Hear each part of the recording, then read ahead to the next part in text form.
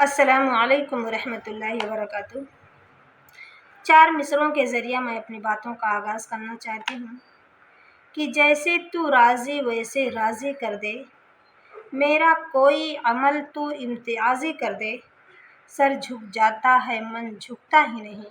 دل بھی کسی وقت نمازی کر دے۔ اللہ پاک سے دعا ہے کہ اللہ تعالیٰ جس طرح سے میں یہ حدیث لوگوں تک پہنچانا چاہتی ہوں یہ پہنچ جائے،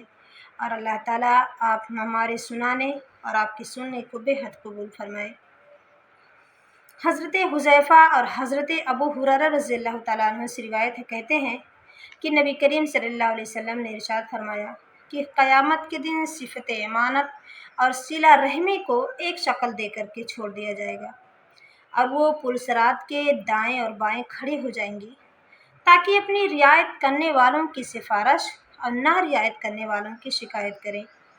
آپ صلی اللہ علیہ وسلم فرماتے ہیں کہ تمہارا پہلا قافلہ بجلی کی طرح تیزی سے گزر جائے گا۔ تو راوی کہتے ہیں کہ میں نے عرض کیا کہ اے اللہ کے رسول، میرے ماں باپ آپ پر قربان، بجلی کی طرح تیزی سے گزرنے کا کیا مطلب ہے؟ تو آپ صلی اللہ علیہ وسلم نے فرمایا کہ کیا تم نے بجلی کو نہیں دیکھا کہ وہ کس طرح پل بھر میں گزر کر لوٹ بھی آتی ہے؟ اسی طرح سے پل صراط سے گزرنے والے لوگ ہوا کی طرح تیزی سے گزریں گے،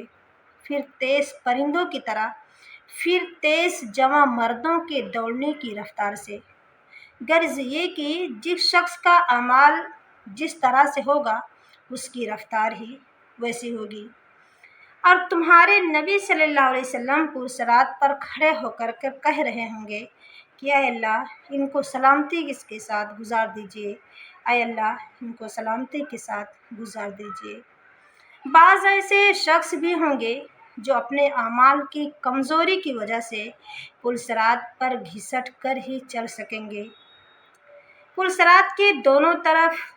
لوہے کے آکڑے لٹکے ہوئے ہوں گے،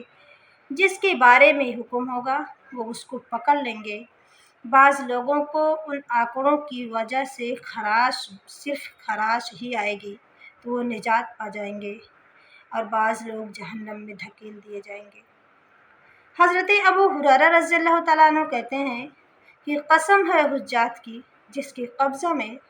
ابو ہریرہ کی جان ہے، جہنم کی گہرائی 70 سال کی مسافت کے برابر ہے،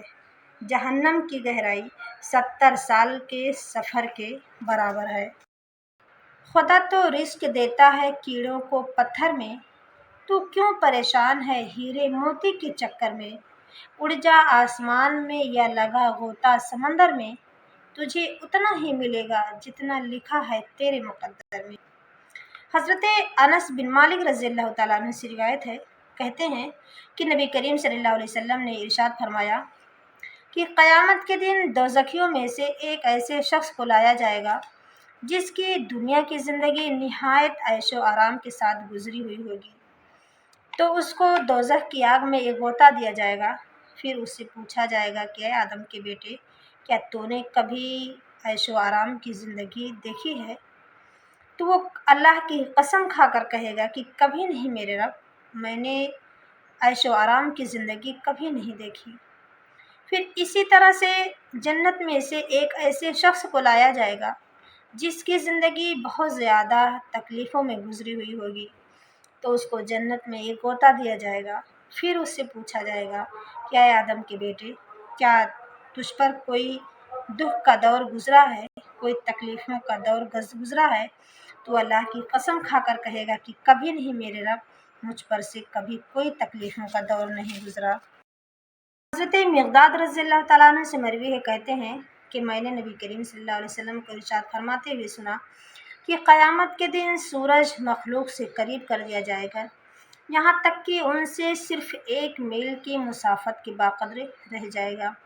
اور اس کی گرمی کی وجہ سے لوگ پسینے میں ہوں گے، یعنی جن کا اعمال جتنا برا ہوگا وہ اسی قدر پسینے میں زیادہ ہوگا۔ بعض وہ ہوں گے جن کا پسینہ ان کے ٹخنوں تک ہوگا، بعض وہ ہوں گے جن کا پسینہ ان کے گھٹنوں تک ہوگا، بعض وہ ہوں گے جن کا پسینہ ان کے کمر تک ہوگا، بعض وہ ہوں گے جن کا پسینہ ان کے منہ تک ہوگا، نبی کریم صلی اللہ علیہ وسلم نے اپنی منہ کی طرف اشارہ کیا ہاتھوں سے اور کہا کہ بعض وہ ہوں گے جن کا پسینہ یہاں تک ہوگا۔